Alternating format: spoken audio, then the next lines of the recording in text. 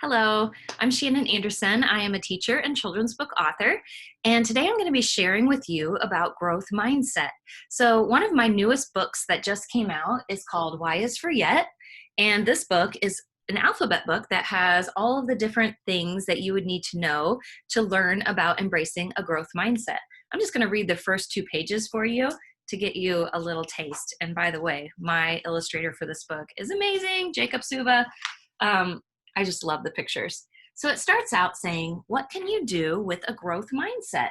You can strengthen your brain. You can stay positive. You can learn from your mistakes and so much more. In other words, there's almost nothing you can't do with a growth mindset. And then it goes on through every single letter of the alphabet to tell you a little bit about growth mindset thinking, like A is for ability and B is for your brain. And we'll talk about some of these things too. So one of the things that we should start with is what a growth mindset is.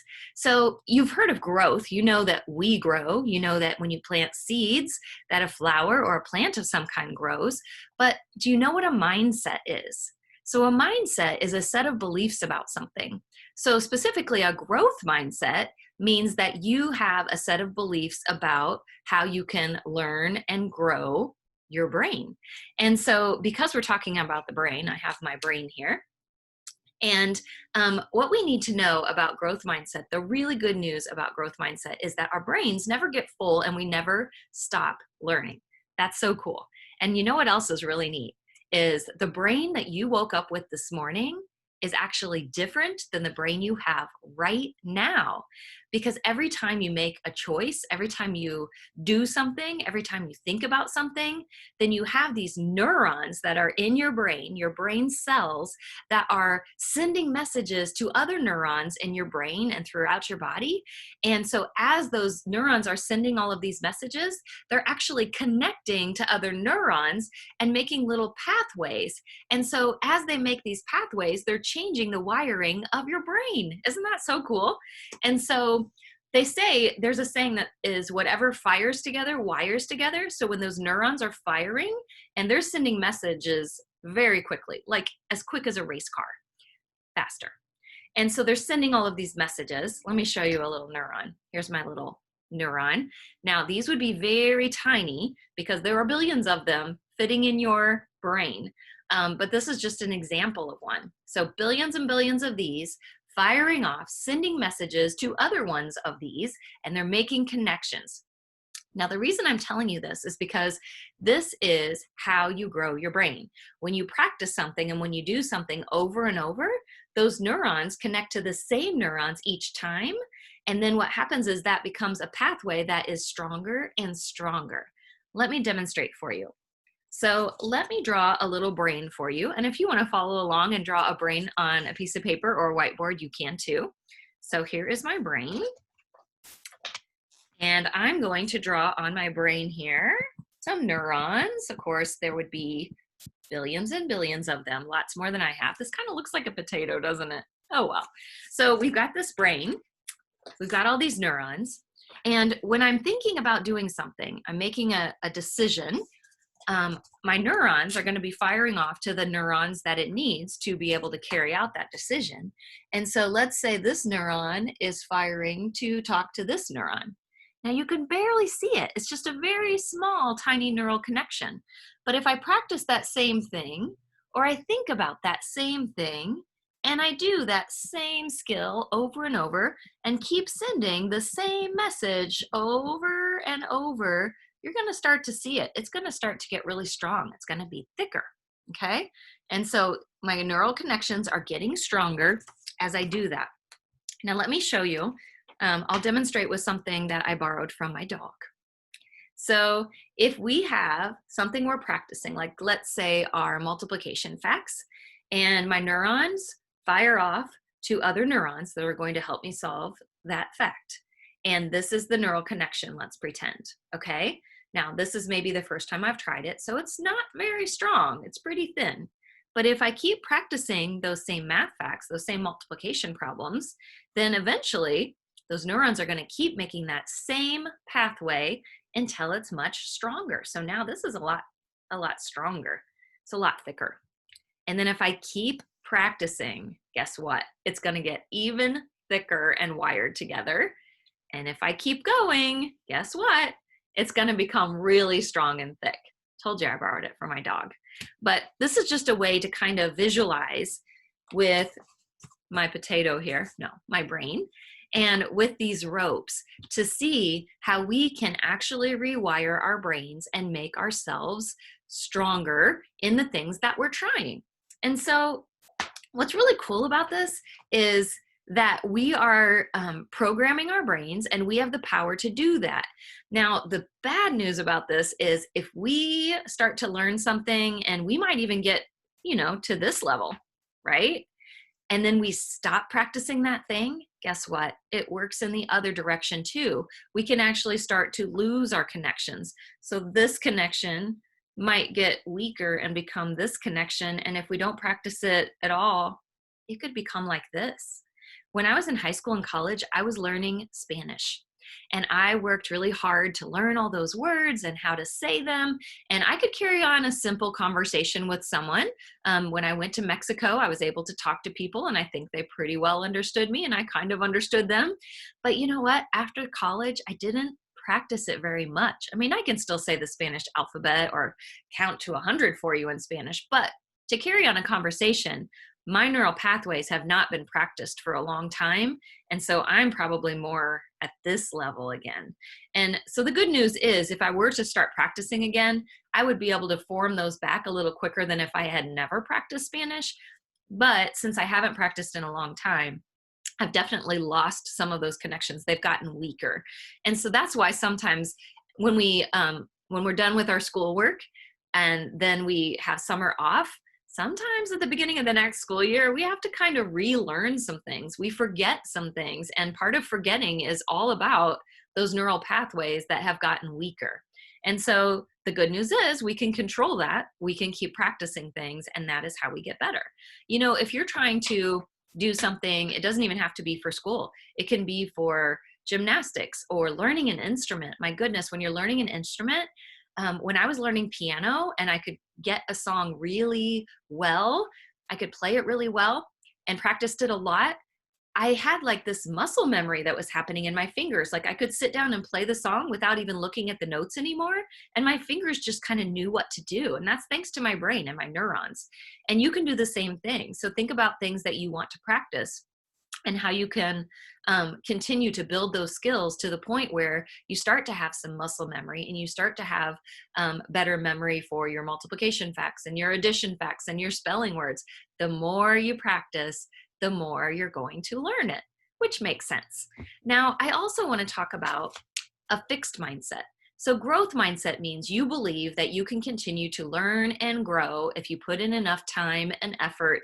And, you ask questions. You have maybe a coach or a teacher. I had a piano teacher. You might have a soccer coach that helps you. But fixed mindset is something where you don't believe that you necessarily can keep going at something. So it could be that you think something like, well, I'm just not good at art, or I just don't do math.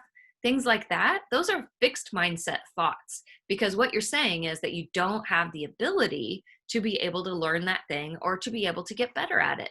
And we actually do have the ability to do that. So we want to be careful we don't switch into fixed mindset thinking, because we don't want to tell our brains that we can't do that and have our brain believe that we can't do something, because then it's harder to learn it.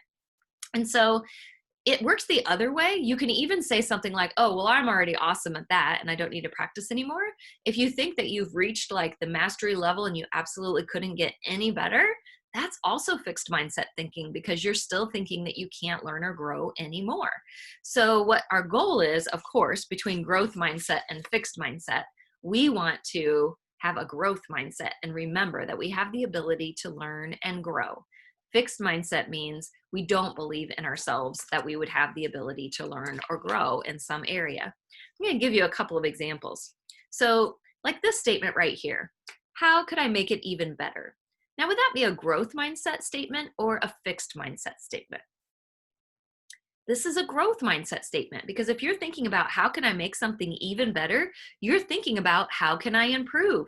How can I continue to grow? So this is growth mindset thinking. That's a good thing. What about this? It's too hard. Have you ever said that before? I know I'm guilty too. But it's so hard is a fixed mindset statement because what you're saying is that there's no way that you'll ever be able to do it because it's too difficult. So you're not believing that you have the ability if you put in the practice and the time to get better at it and to do it. How about this one? What could I try that they're doing? Now, this is a growth mindset statement because what this is referring to is when you see someone else doing something that you feel like is better than what you're doing, then you could switch into fixed mindset and say, oh, well, I'll never be as good as them, or they know how to draw and paint and I don't.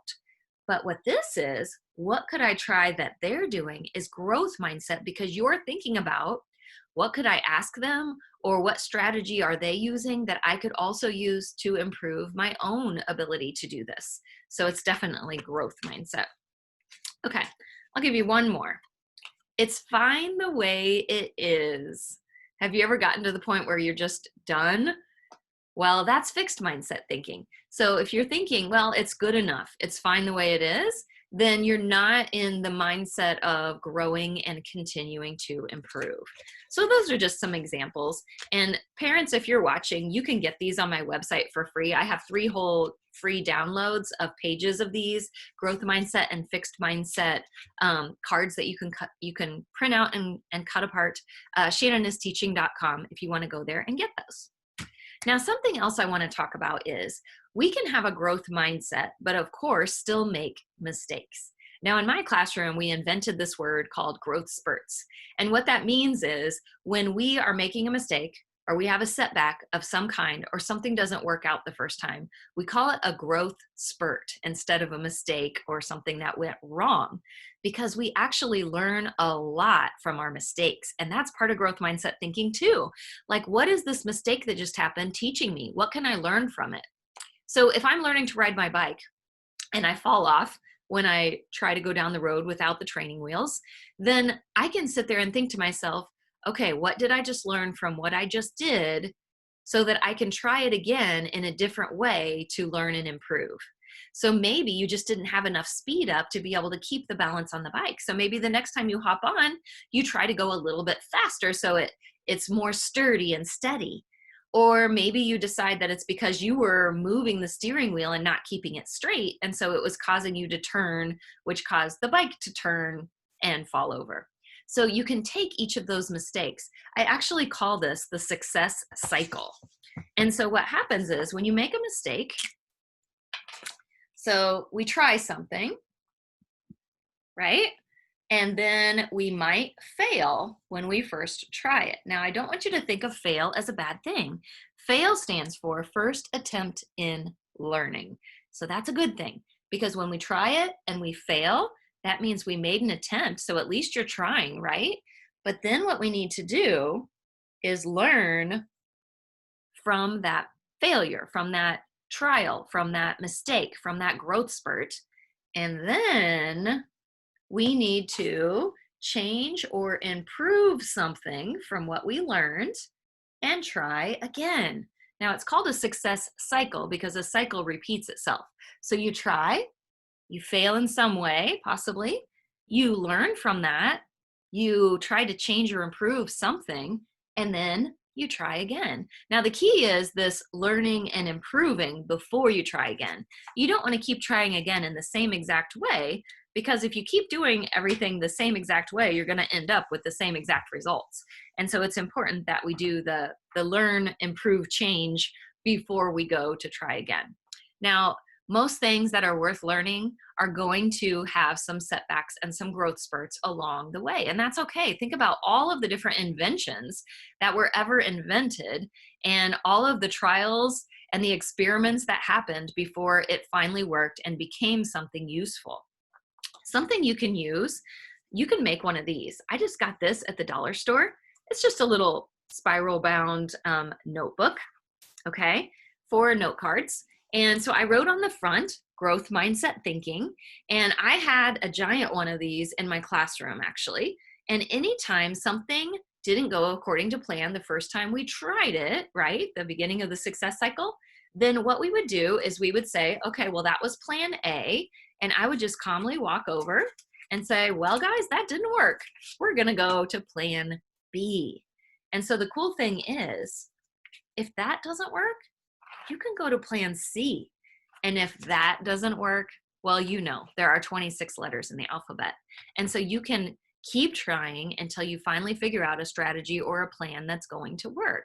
But the key is that when I go over to flip that chart, or one of my students does, we do it in a very calm way. And it actually makes us feel better just to walk over to it, just that movement and having a little break from what we're trying. But then to flip it and to understand that we expect there's going to be more than one plan a lot of the time. And so, if the technology isn't working for a lesson that I'm trying to do, or if they're trying a multi-step math problem and they mess something up in the second step, they might walk up there and flip it to plan B because that plan didn't work. We're going to try again a different way. And so that's just kind of a tool for you that you can use that will help calm you down when you're getting frustrated and things aren't working. And it will give you a good reminder that things aren't always going to work right the first time. But as we try those things again, then that means we're firing those neurons again, which is a good thing because that means we can grow stronger connections and we'll learn it better and remember it longer. Okay? So if you're a younger child watching this, the Why is for Yet book is a great book for you to take a peek at to see all of the different things about growth mindset thinking, if this gets you as excited as it does me. But I also wrote one for older kids. So this is more like 3rd through 8th grade, Mindset Power, and it is a kid's guide to growing better every day. And so it has all kinds of things that you can read about being more positive, about setting goals, about how to focus, about how to stay determined when you're getting, a little frustrated. So all of those good things about growth mindset, just a little bit more in depth with the Mindset Power one. So I hope you enjoyed this and you understand what growth mindset versus fixed mindset is. I hope that you'll remember to be easy on yourself when you make mistakes or growth spurts. Maybe even make yourself a growth mindset thinking flip chart. And again, there are so many free resources about growth mindset and other things on my website, shannonisteaching.com. You can go to the tab that says resources. They're all free. I even have some videos on there about growth mindset thinking. If you want to watch those are all free for you too. So again, I hope you enjoyed this and I hope you keep a growth mindset for the rest of this school year.